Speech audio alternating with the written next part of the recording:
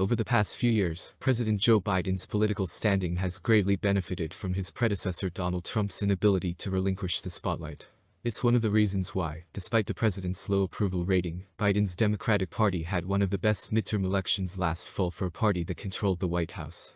Biden, however, has found himself in the public eye in the first month of 2023, after secret documents were discovered at his Wilmington, Delaware home and a Washington, D.C. office he used after serving as vice president.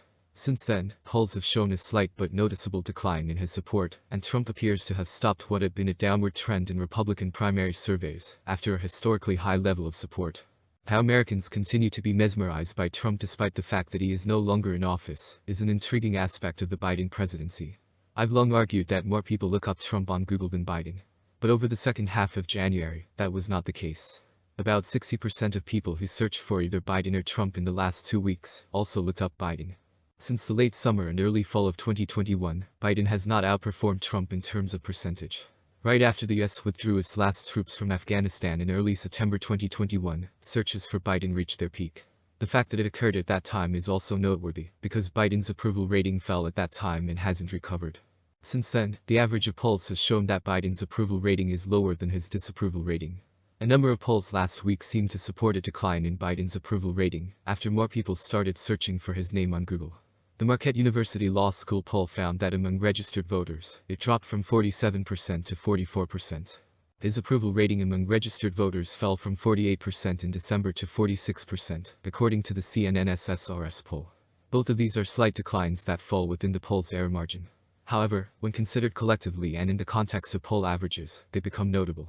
Biden's average approval rating has decreased by about 2.5 points from 2 weeks ago, when he was at his highest level since 2021.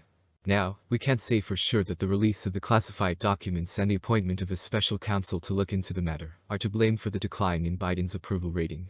Additionally, gas prices have been increasing, which has been a challenge for Biden throughout his presidency. There is little doubt, however, that the controversy surrounding the classified documents has not helped Biden. The majority of Americans at least believe that he did something. Trump appears to have stepped back from the spotlight as it has been on Biden. Even though Trump announced his third run for the Republican presidential nomination in the latter part of last year, he only really started campaigning this weekend, with stops in South Carolina and New Hampshire on Saturday.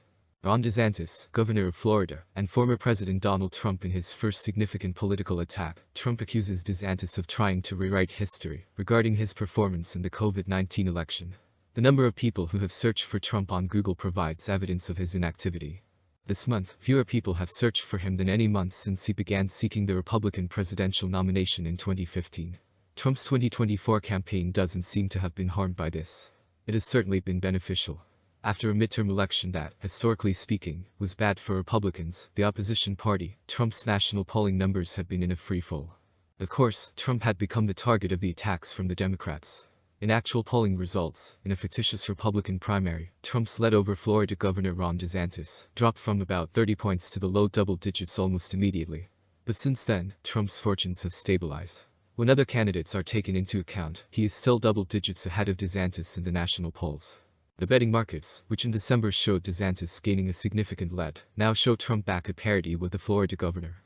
What will happen when Trump returns to the spotlight, as he has this weekend, is the question. Will it bring back positive memories for Republican voters about him? Or will it serve as a reminder of what voters dislike about Trump? Don't be shocked if the candidate who gains the most is not a fellow Republican if it's the latter. Instead, it might be the president who took over for Trump and has faced numerous challenges.